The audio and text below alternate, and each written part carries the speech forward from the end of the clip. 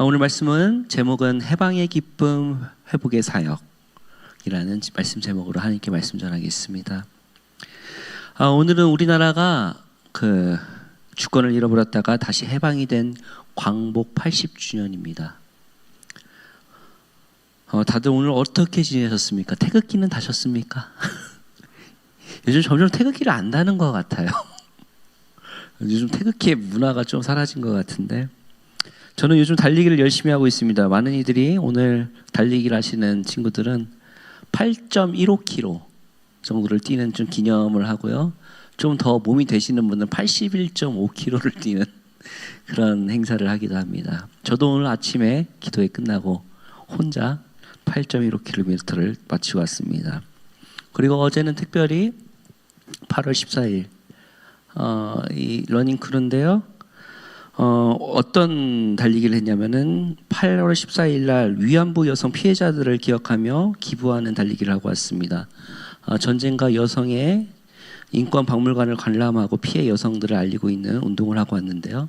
저는 이제 내용을 안 보겠습니다만은 그 위안부 여인들의 그 참혹상과 이런 것들을 볼 때 가슴이 참 먹먹했습니다. 왜냐면은 우리나라에 아직도 아픈 역사가 온전하게 해결되지 않았고, 아직도 일본은 그것을 인정하지 않고 있는 입장이죠. 자신의 과오들을 인정하지 않고, 또한 인간들의 죄는 왜 이렇게 이 전쟁을 취하면은 이 죄로 인하여서 약자들에게 이렇게 피해를 받는가?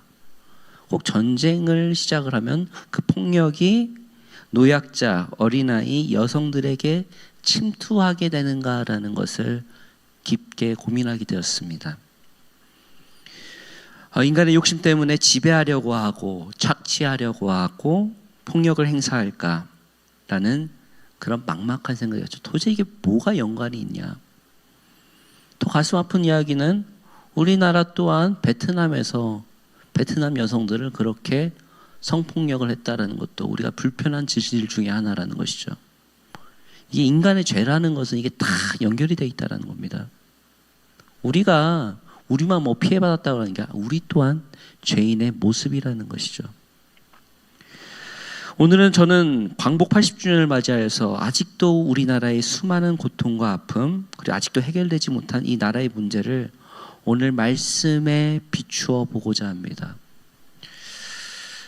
조금은 불편하실 수 있는 내용들이 있습니다. 그러나 이게 바로 우리나라의 민낯이며 우리 한국교회의 모습입니다. 나라가 주권이 회복된 지 80주년이죠. 지금 나라에서는 뭐 여러 가지 행사를 하고 그렇게 하는데, 우리나라가 80년간 어마어마한 발전은 했습니다. 경제적인 지표로는 발전한 거 맞고요. 축복받은 것도 많습니다. 하지만 그러면서도 아직도 해결하지 못한 부분이 있다라고 한다면은 우리나라는 세계 유일의 분단 국가이며 남과 북의 문제가 있다라는 것이죠. 또한 6.25 전쟁을 했고, 독일은 그래도 피는 안 봤어요. 근데 우리나라는 피까지 봤어요. 동족 상잔의 비극이 있었습니다. 아직도 이 문제가 해결이 안 됐습니다. 근데 왜 우리가 이런 비극을 받고 있는가? 이런 고통을 받고 있는가라는 것이죠. 저는 개인적으로 어렸을 때 분명히 평양 대부흥 운동, 북한이 더 하나님을 찬양했고 그것이 더 기독교가 발흥했다라고 들었는데, 어떻게 하나님 그 이북에 그 악한 정권이 지금 들어서서 그들이 고통받고 있습니까? 라는 의문을 많이 품게 되었습니다. 그래서 저 개인적으로는 항상 이것을 인과관계를 따지기 위해서 저는 역사를 공부합니다. 도대체 뭐가 잘못됐는가? 무슨 문제 때문에 이렇게 됐는가라고 생각을 해보게 됐죠. 동방이 예루살렘이라고 불렸던 평양입니다. 그런데 그곳을 따져보니까는 결국에는 작지만 결국에는 원인이 있었더라라는 것이죠. 하나님께서 가장 싫어하는 죄가 어떤 것인지 아십니까? 하나님께서 가장 싫어하는 죄? 우리 10계명 1계명에부터 나 외에는 다른 신을 섬기지 말라. 우상 숭배를 제일 싫어하십니다. 근데 이 남북과 갈라지는 원인들을 잘 살펴보니까 영적인 원인으로 살펴보니까 우상 숭배에 죄가 있다라는 것이죠. 우상 숭배는 하나님께서 1계명부터 4계명까지 연결이 다 되어 있습니다. 그런데 특별히 한국교회가 어떤 죄를 저질렀느냐? 우리가 계속 고백하지만 우리는 신사참배를 했던 안타까운 역사를 가지고 있는 한국교회이죠. 우리나라에서 평안북도가 가장 많이 발달했습니다. 아직 사진 보여주시지 마세요. 우리나라 역사를 공부하니까는 평안북도가 가장 황성했고, 그리고 그때 당시에 평북로회가 가장 큰 교세를 자랑했습니다. 그런데 그 당시에 신사참배를 가장 먼저 결의한 게 어디 노회냐? 평북노회였습니다. 그리고 나서 그 다음 사진 보여주세요. 가장 신사에 먼저 인사를 하러 간 곳이 바로 평양노회였습니다. 이제 아시는 분들은 아실 거예요. 평양노회가 신사참배를 했다라는 게 우리 교회랑 어떤 연관성이 있느냐? 우리 교회가 평양노회에 뿌리를 두고 있습니다. 일신교회가. 그리고 나서 신사참배에 가서 신사참배를 했고, 그리고 1938년 9월 9일 서문박교회, 이 사진의 장면인데, 서문박교회에서 27회 장로교총회가 있었는데 그 당시 신사참배 공식을 결의하게 됐습니다. 그 당시 총회장 홍택기 목사의 성명서에서는 신사참배는 종교가 아니라 뭐다? 애국이다 라는 식으로 결의를 했죠. 그리고 나서 정확하게 9월 9일 날 했었는데 그 다음 날 9월 10일 날 평양 신사의 신사를 참배를 주도하며 부총회장 김길창 목사가 함께 가서 머리를 숙였던 것이 바로 그 전 사진입니다. 당시 전국에 있는 노회장들, 총대들이라고 하죠. 총대들이 다 와서 거기에 머리를 숙이고 우상 숭배를 했죠. 그리고 난 후에 전국의 노회장들이 다 지교에 돌아가서 한국교회가 신사참배를 앞장서서 하게 됩니다. 한국교회의 죄가 이제 시작되는 것이죠. 10월부터는 본격적으로 신사참배를 하게 되고, 노회장들은 일본의 유명한 신사로 가서 거기를 또 방문하고 신사참배를 하게 됩니다. 뿐만 아닙니다. 사진 띄워주세요. 이게 미사가이라고 하는 건데 신도 침례받는 목사들이라고 보이시죠? 이게 뭐냐면은 목욕제례라고도 하고 일본 신도교의 세례입니다. 이것을 어디서 했느냐? 바로 우리 옆에 있는 한강에서 했습니다. 근데 이 물에 빠져 계시는 분들이 누구시냐?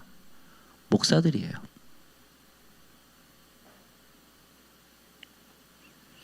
각 교회는 면 단위에 하나만 교회가 있으면 된다라고 해서 교회를 통폐합했고요. 교회를 문 닫고 예배는 주일 예배 하나로만 줄이고, 그리고 가미다나라고 예배 드리기 전에 사진 하나 띄워주세요. 가미다나. 정말 어르신들은 좀 이걸 아실 거예요. 교회 앞에 이거를 세워놓고 거기다가 인사를 하고 예배를 시작했습니다. 지금 이걸 아실 만한 분이 안 계신데 이게 그나마 한기준 장로님은 좀 아시겠죠. 이것도 지금 점점 이제 어르신들이 지금 여기에 70대 어르신들이기 때문에 지금 이걸 잘 모르시는데 위 세대들은 이걸 기억하시는 어른들이 계세요. 이런 상황 속에서 우리나라가 하나님의 주권에 의하여서 해방을 맞이하게 됩니다. 그런데 그 당시에 얼마나 많은 목사님들이, 그래도 바른 목사님들이 신사참배를 거부하고 순교까지 당하시면서 고문을 당하셨던 적이 있죠. 일사각오라고 유명한 말씀을 남기신 목사님, 주기철 목사님께서 옥중에서 고문을 받고 박해를 받으실 때에 사택에 있는 사모님과 아이들을 쫓겨나는 것은 일본 사람들이 아니었습니다. 그 노예 목사들이 내쫓았습니다. 그러나 하나님께서는 이 조선을 사랑하셔서 백성들의 울부짖음 기도 가운데서 1945년 일본의 압제 가운데서 강권적인 역사로 우리를 해방시켜 주셨죠. 그런데 영적인 눈으로 바라보면 이게 과연 뭐가 연관성이 있느냐라고 하시겠지만은 정확하게 공산정권이 언제 수립됐냐, 정확하게 신사참배를 결의했던 총회 10년 뒤인 똑같은 날짜 1948년 9월 9일 날 수립하게 됩니다. 그리고 평양 대붕의 가장 본장이었던 장대현 교회 위에 지금 뭐가 세워져 있습니까? 넘겨주세요. 그 장대현 교회 위에 김일성 부자의 우상이 지금 현재 서 있다라는 것은 과연 무엇을 의미할까요? 과연 이것이 우연일까요? 역사적으로 바라볼 때는 이것이 우연일 수 있겠지만 영적인 눈으로 바라봤을 때는 이것은 우연이 아니라 하나님의 경고이며 심판이라고 할 수 있을 것입니다. 성경에는 이런 내용이 매우 많이 있습니다. 솔로몬의 성전과 헤롯 성전이 무너졌던 날짜가 동일합니다. 이스라엘 백성들이 죄를 졌을 때 우리가 굳건하게 믿었던 그 성전이 무너지는 날, 그 6월절, 그러니까는 유대인 달력이 따로 있는 거 아시죠? 아브월 9일 날 똑같이 무너졌습니다. 우리는 영적으로 바라볼 줄 알아야 된다라는 것이죠. 바로 하나님의 경고이며 심판이라는 것입니다. 오늘 우리가 함께 읽은 말씀은 굉장히 이사야에서 유명한 말씀이죠. 회복의 말씀이죠. 이 말씀만 볼 때 되게 좋아요. 하나님께서 우리를 회복시켜 주신다. 새 영과 기름을 부으신다. 상한 자, 가난한 자를 다시금 일으키신다. 얼마나 위로가 되는 말씀입니까? 그런데 이사야 전반부에서 왜 이렇게 됐습니까? 이사야 전반부는 우리 다 알려십시오. 전반부는 심판과 경고, 너희들이 왜 이렇게 됐는가? 그리고 40장부터 회복의 말씀을 주신다는 것은 우리가 누누이 들었습니다. 근데 왜 심판하셨죠? 유다 백성이 뭘 해서? 우상 숭배해서. 그리고 나서 바벨론 포로에서 회복을 약속하시고 열방의 구원을 약속하시는 말씀이 바로 오늘 읽은 이사야서 61장입니다. 근데 예언서는 항상 이게 연결이 되어 있습니다. 우리가 지금 현재 새벽 기도 때, 아침 기도회 때 계속해서 예언서를 하고 있는데 지금 에스겔서 하고 있습니다. 이사야, 예레미야 끝났고요. 그리고 지금 에스겔 하고 있는데 공통 주제가 똑같습니다. 너희들이 죄를 짓고 우상 숭배를 하면 심판을 받을 것이지만 너희가 회개하고 돌아오면 다시금 회복할 것이다 라고 계속해서 이야기하죠.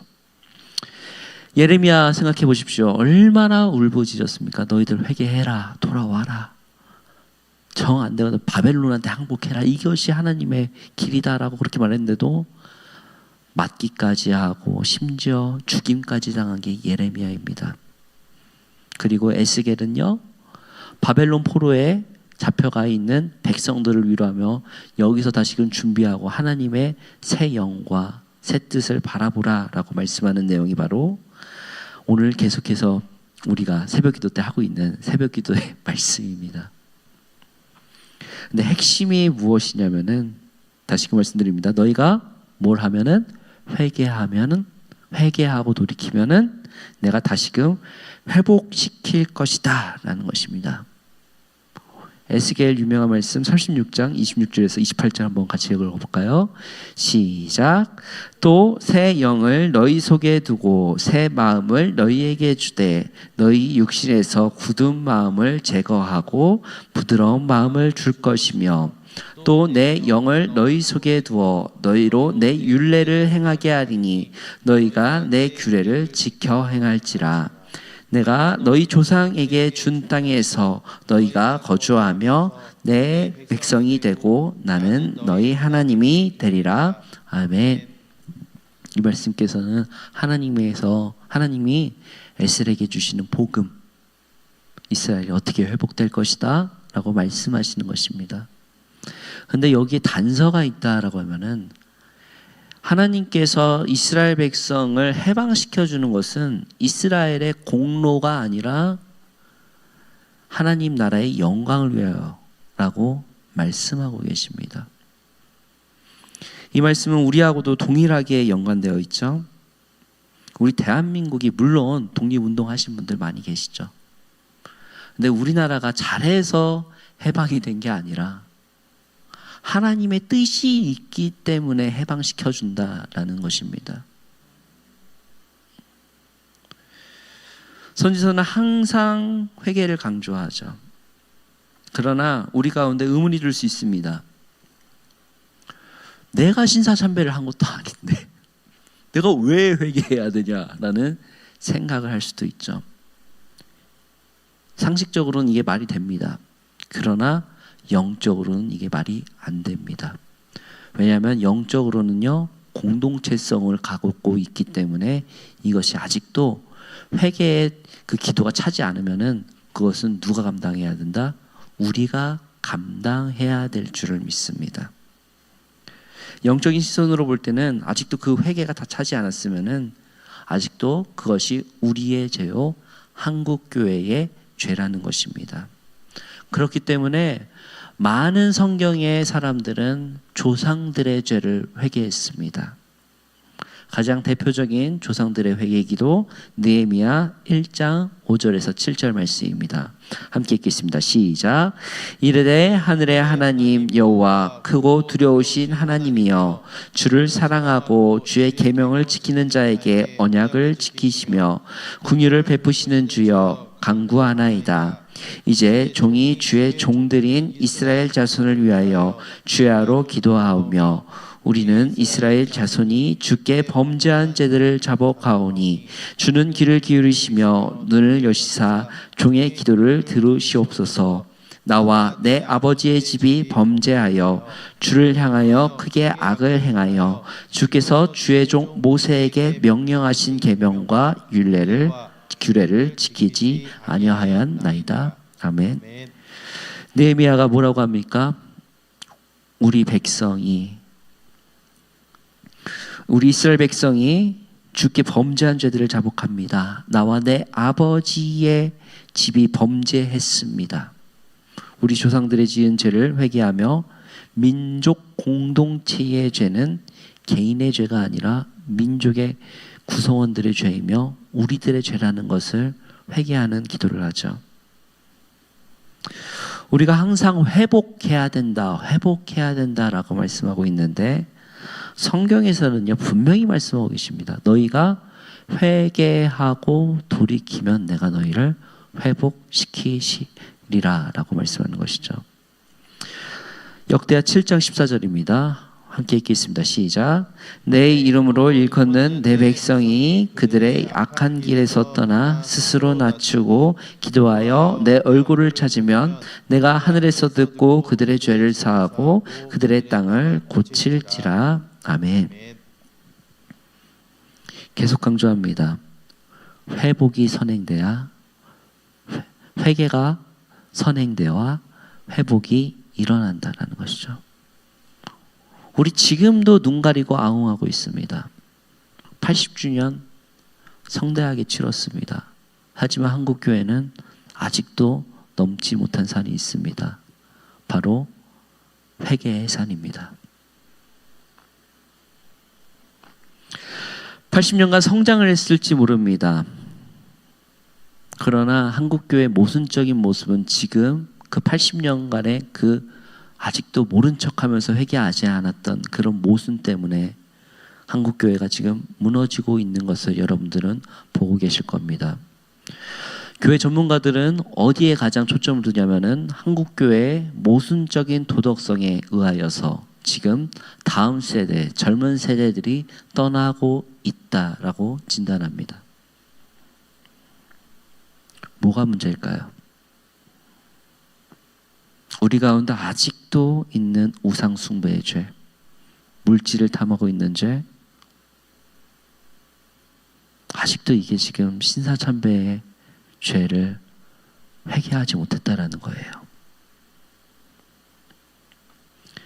우리나라가 진정으로 회복하려면은 우리는 뭘 해야 됩니까? 회개해야 된다라는 것이죠. 오늘 8.15 금요기도에 정말 잘 오셨습니다.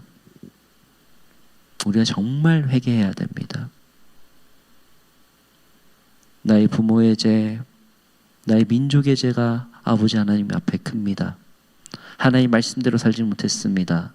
한국교회가 회개합니다. 아직도 회개하지 못했습니다. 그래서 교회는 커졌을지 모르지만은 그 실속이 약해진 빛과 소금의 사명을 감당하지 못했습니다라는 것을 우리는 회개해야 된다는 것이죠. 그리고 나서 하나님께서 너희에게 회복을 하시겠다라는 것이죠. 그리고 나서 61장을 봐야 됩니다. 우리 오늘 읽은 본문 다시 한번 볼까요? 함께 읽겠습니다. 시작. 주 여호와의 영이 내게 내리셨으니 이는 여호와께서 내게 기름을 부으사 가난한 자에게 아름다운 소식을 전하게 하려 하심이라. 나를 보내사 마음이 상한 자를 고치며 포로된 자에게 자유를, 갇힌 자에게 노임을 선포하며 여호와의 은혜의 해와 우리 하나님의 보복의 날을 선포하여 모든 슬픈 자를 위로하되 무릇 시온에서 슬퍼하는 자에게 화관을 주어 그 죄를 대신하며 기쁨의 기름으로 그 슬픔을 대신하며 찬송의 옷으로 그 근심을 대신하시고 그들이 의와 나무 곧 여호와께서 심으신 그 영광을 나타낼 자라 일컬음을 받게 하려 하심이라. 그들은 오래 황폐하였던 곳을 다시 쌓을 것이며 옛부터 무너진 곳을 다시 일으킬 것이며 황폐한 성읍 곧 대대로 무너져 있는 것들을 중수할 것이며. 아멘. 하나님 앞에 회개 없는 회복은 없습니다 라고 말씀하고 계십니다. 자유는 은혜로 주어지지만 회복은 회개로 완성된다라는 것입니다. 80주년 광복절, 우리 민족이 외세 압제에서 해방된 날이지만 오늘 우리에게 주신 하나님의 말씀은 참된 회복은 회개에서 일어날 것이다 라고 오늘 말씀하고 계십니다. 이스라엘 바벨론 포로에서 돌아오기 전 먼저 하나님 앞에서 너희 죄를 자복하고 회개하라고 그렇게 말씀하신 것처럼 오늘 우리가 누리고 있는 자유와 번영은 하나님께서 주신 축복과 은혜이지만 아직도 우리가 해야 될 회개의 산은 남아 있습니다. 정말 다음 세대를 위하신다면 다음 세대의 길을 올바르게 세우시길 원하시는 분들이시라면 우리가 회개를 통하여서 다음 세대의 길을 깨끗하게 준비해야 될 줄을 믿습니다. 우리가 겸손히 무릎 꿇고 회개하고 개인과 교회 민족이 죄의 불의에 버려야 하며 그 이후에 비로소 영적 사회적 회복이 이루어지게 될 것입니다. 대한민국 지금 바라보십시오. 갈라치기, 남과 북은 고소하고 지금 동과서로 걸렸어요. 좌판이 우판이 해갖고 극자와 극우로 쏠리고 있습니다.